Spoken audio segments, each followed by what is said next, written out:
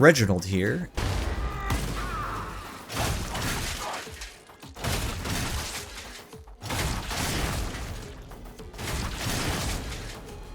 In this video, I will figure out which is better, Satiated Steel or Slice and Dice.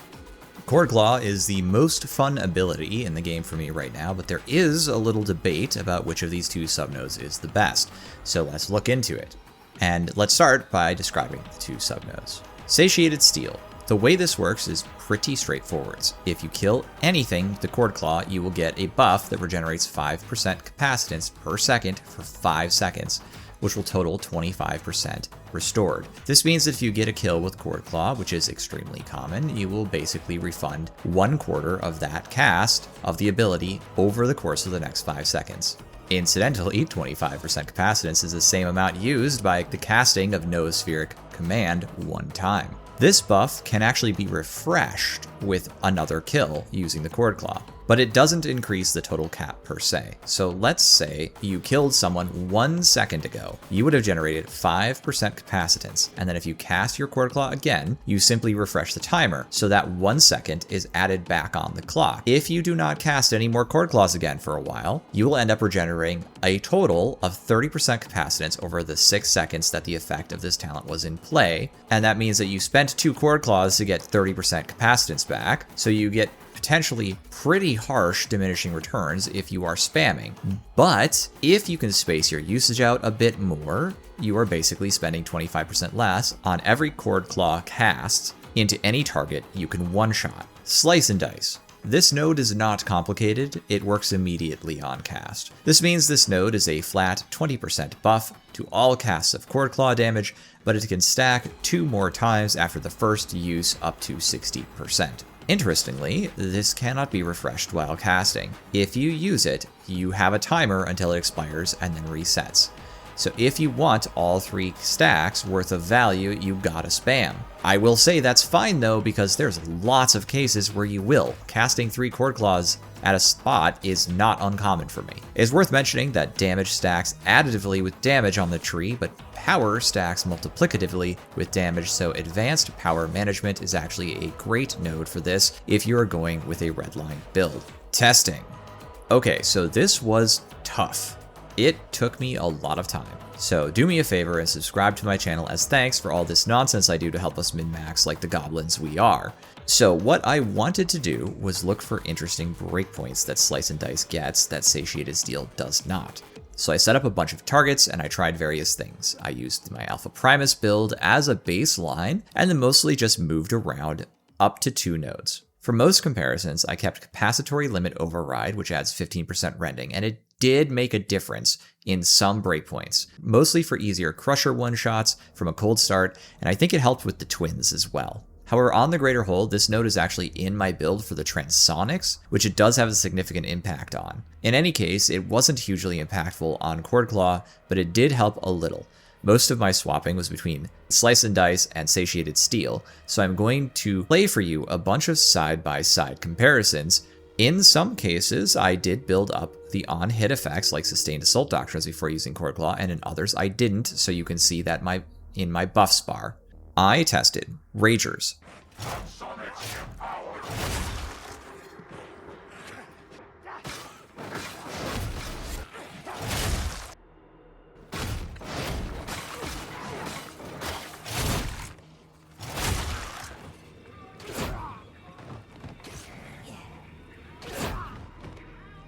Scab Ragers.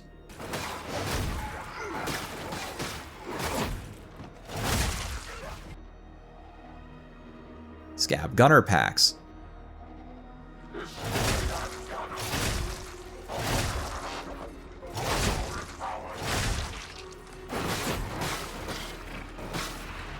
Mauler Groups.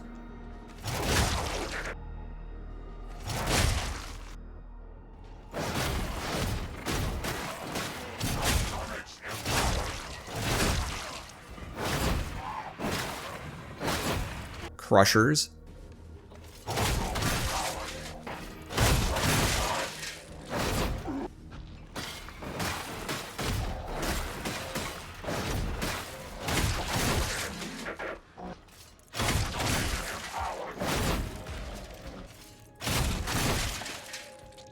Plague Ogrins.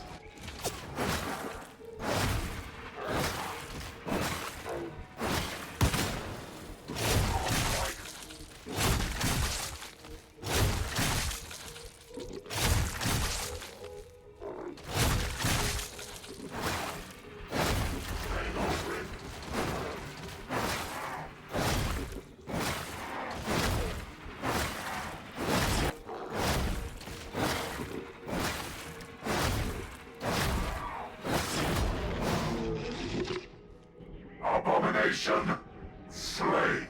The melee twin.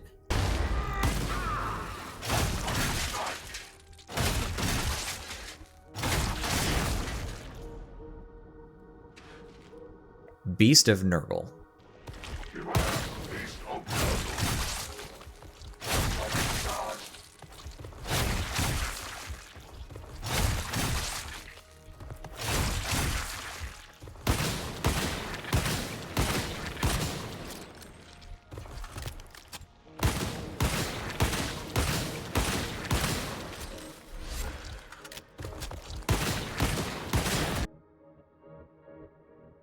And boy, that is a lot by itself. So, what you can see from my testing is a pretty clear-cut advantage in damage to the thing that gives you damage in Havoc 40 targets. Shocker. Not surprising. In some cases, like the Maulers and Gunners, the breakpoint for Slice and Dice boosted Chordclaw is 2 hits, while you need other sources of damage to get the same kills after 2 hits with Satiated Steel. You're going to need to like hit them or something. For Maulers and Gunners, there's not a lot of health remaining, even using Satiated Steel, so it's not that big of a difference, but it is not 0. And the worst thing ever is when some Gunner gets up with 15 HP and blasts your ass because you were busy and didn't get a clean kill. For the Plogrin test, I was trying to leverage buffs I would actually apply, like Phosphor and the Servo Skull, so some of the variance in damage that you can see in this lovely table I have made is the Servo Skull and Phosphor damage being merged with the UI with the Chordclaw damage because it hit at the same time as the tick. We will talk about the table more later, but effectively I am dealing in the range of 15,500 damage more to a Plogrin with Slice and Dice than I am without it. And Satiated Steel is of course doing me no good, even after all 5 casts, because it doesn't trigger on not dead things. The difference in time to kill, however, is around 6 to 7 seconds. It could be a little more or a little less between having Slice and Dice and when not having Slice and Dice, when I am trying to optimize for everything. 15,000 damage is a lot of damage. That's about 14% of its health pool that I gained for taking Slice and Dice over Satiated Steel, so that's pretty impressive. But again, my actual results were around 6 seconds difference in time to kill. And I'm sure there's going to be some variance here, especially if I wake the thing up instead of letting it stand there. And ultimately, it's simultaneously like a long time and not that long of a time. Like if you are heavily pressured, those 6 seconds are going to matter a lot. If there's a lot of stuff going on, 6 seconds is a very long time in this game. However, if you are not being pressured all that much and you've got plenty of space to deal with it, 6 seconds really will not matter. It's not that long in actuality. The Ragers are interesting because you don't ever get to the point where one swing outright kills most of them. You can kill like 1 some of the time, it seems like, if I get a clean headshot. At least not on my build anyway, but you do get close.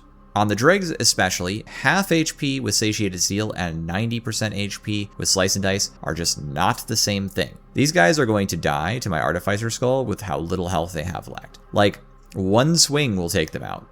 On the other hand, in Havoc, you are not playing the game alone, so a half-dead Rager may well be a just dead Rager, given how team damage application actually works in real games. I think it should be obvious to the parties watching this video that the damage gained from Slice and Dice is real and significant. You get seriously a lot of extra output. There are real breakpoints you gain with this that save you from having to recast Chordclaw to get the kill, especially if you're not using a health bars mod, so you can't tell how much health is left. So there's a time and savings advantage to this node that is real. But we kinda need to ask the question, is it actually efficient? Because the advantage of Satiated Steel is that it provides you with more casts of your ability per game. If you aren't just spamming Chordclaw, which you do have to do, by the way, sometimes, then you will gain an efficiency advantage, which will net you a fair number of extra casts of Chordclaw in a no sphere command in a game. Are the breakpoints worth not getting all that extra capacitance? I think a buddy of mine said it was 16 extra casts in his Havoc 40 game, and that's certainly not trivial either. How do we judge between the savings of extra casts that I get with Slice and Dice by actually hitting some clean and a few dirty breakpoints, and thus preventing risks, against the obvious gain advantage that Satiated Steel brings? One way would be to look at the gain in a horde situation and just see if it's that interesting. Okay, so I spawn my 100 horde enemy mass, which is, by the way, how many guys spawn in Orc and Havoc hordes.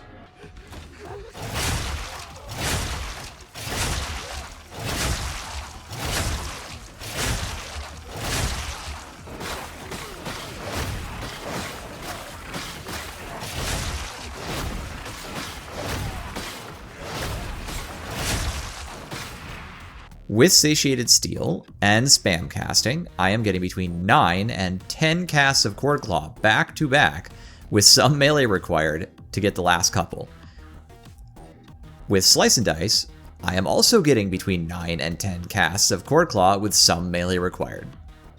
There is no time to kill advantage for either build, but when all is said and done, I'll probably land with about, say, an extra 30 to 35% capacitance that I otherwise would not have had, maybe even 50. From the burst perspective, this is not meaningfully different. It really isn't that much better either way for this situation on Slice and Dice. For Satiated Steel, I am definitely getting extra capacitance, though only around maybe max 50% from like a theory perspective, assuming I have spent all 10 charges of Chordclaw to get through this horde. So let me try to summarize where we landed. Satiated Steel does not get the same breakpoints as Slice and Dice, especially in Havoc 40 where they are much harder to get. The result of that is that in some cases you will not be getting full value out of the Chordclaw because the enemy will be alive and the Satiated Steel will not trigger. This will force you to either use another Chordclaw, thus reducing the gain from 1/4 of a cast to 1/8 of your 2 casts, or beat it to death or shoot something.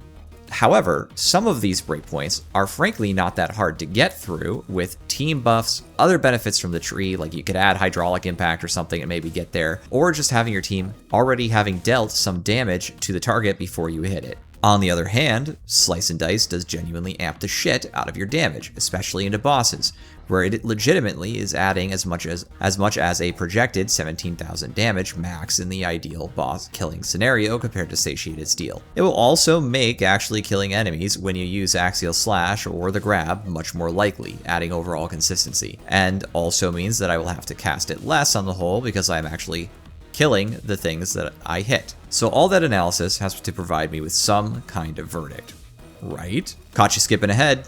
I know you did. Pay the toll and subscribe to my channel. The verdict. It's a total toss-up, man.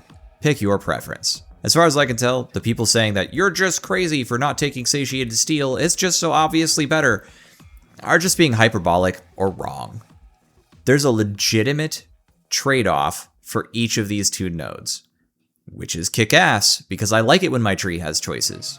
Personally, I'll probably stick with Slice and Dice because I love it when my breakpoints are predictable to me, and I love it when I actually hit one-shot breakpoints on things like Crushers and Blobs of Maulers, and I have a very high probability of blowing up Rager groups with just a touch of extra damage from other sources, including my team. Also, the boss damage is no fucking slouch. Let's not get it twisted. Twisting Rinda's nips off in 3 hits solo is definitively better than having to fiddle and fondle about with some extra slop damage. 15,000 damage on a boss is actually fucking huge, and it will save me a ton of beating it up. And frankly, most players when min-maxing builds are usually trying to hit breakpoints, not get more casts out of a not enough ability. However, it's also very fair to say that you are not playing the game alone, and more casts of a high damage ability that maybe doesn't always hit the breakpoint by itself, and there's like horde guys around that you could probably kill even if you don't kill the elite, is probably still really fucking good. And you'll be able to get those extra casts because you have a team who's also doing damage to things, and so when you go swinging for 50% of that elite blob's health,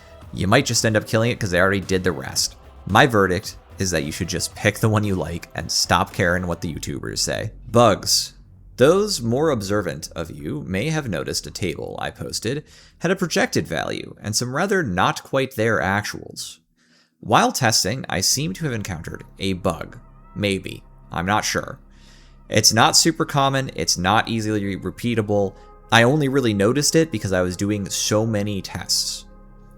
Sometimes, it seems like Slice and Dice will stack to 3, but only apply 40% damage. Now that's still a lot of damage. I think it costs you something like 3,000 to 5,000 damage from my projected expectations and actual results, compared to like the worst case scenario when it happens, which is not nothing. So if this is a bug, I hope they fix this. But even in the worst case scenario where you get capped at 40%, miss your 1 to 60% swing on the boss before the reset, you're still looking at like 12,000 damage more than if you had taken Satiated Steel. I would like the bug fixed, but I am not changing my mind about how much freaking extra damage this does, so I'm sticking with gently bugged Slice and Dice. Also, outro. Thank you all very much for your time. I am trying my best and probably working too hard to bring you content that I think is worthy of your time and support. And by the way, the support I have received from all of you this last couple of weeks has been immense and incredibly encouraging. You've all been very kind to me, and I hope I can continue to provide you with valuable insights that make your games better and more fun, which is my ultimate goal. And now, go slay some heretics. Warm regards, Reginald. Twisting Rinda's nips off, I would like to take a moment and provide a special thank you to my members who have been supporting me for a very long time now. Thank you all so much. It means a lot to me personally and has meant a big deal to this channel. I would especially like to call out certain key members who've been supporting the channel. Lyric Scroll, thank you very much. Your support has been tremendous and it is absolutely appreciated. Monolith, for your continued long-term support. Novinitus and Mylitter, also very much appreciated. Ebony, Champsor, and recently Combat 2744, JS Dragonfruit X3, Dr. Butthugger MD, and Eric Holmes. You have all really helped me out a lot. A special shout out to Vinny, who always comes by and supports my streams, and to all of you who have supported my streams in the past as well, thank you. And with that, I will simply say thank you all so much for visiting. Goodbye.